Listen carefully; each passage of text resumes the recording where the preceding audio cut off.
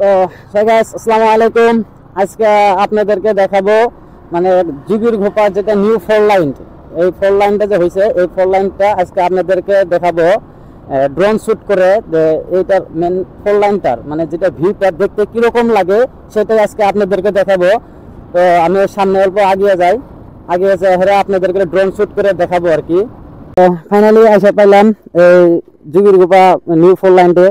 তো এখানে আপনাদেরকে মানে এখানকার যেটা ভিউটা ফোর লাইনটা যারা নতুন আছেন বা নতুন আসবেন তাদের জন্য মানে রাস্তাটা চেনা ভালো হবো। আমি এই সাইডের পুরো এরিয়াটা আমি আপনাদের পুরো ফোর লাইনের এরিয়াটা আমি দেখাই দিব, দুই সাইডে দেখাই দিব আপনাদেরকে। তো এবার আমি মানে ড্রোনটা শুট করব, ড্রোন শুট করে আপনাদেরকে পুরো ভিউটা দেখাই দিব। তো সবাই সাথে থাকেন। তো ড্রোনটা এবার ফিডিং করবো, ফিডিং করে হেরে আপনাদেরকে দেখাবো। ওই সাইডে চলো মানে ওখানে যাই, ওখানে প্লেস জায়গা, ওখানে যাই হেরে আপনাকে ড্রোন শুটটা দেখাই দিব আর কি। তো যারা নতুন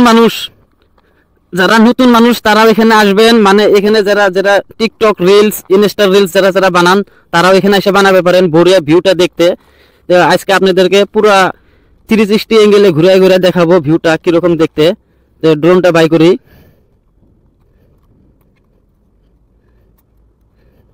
তো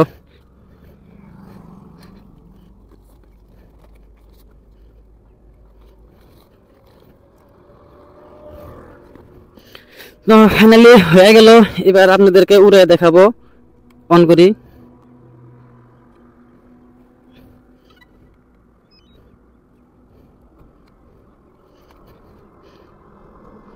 গাড়ির তো যারা টিকটক বা ইনস্টাতে রিলস বানান তাদের জন্য আমার হিসাবে আর কি এই জায়গাটা সবচেয়ে বেটার জায়গা। মানে ব্যাকগ্রাউন্ড, তারপরে মানে এখানকার মানে ভিউটা মানে অনেক ভালো। তো তারাও এখানে এসে ভিডিও শুটিং করতে পারবেন। তো আজকে আমি সরাসরি আপনাদেরকে পুরো ড্রোন ডিজে মিনি 4 পুরো ড্রোনটা দিয়া আপনাদেরকে দেখাবো যে এখানকার ভিউটা দেখতে কিরকম।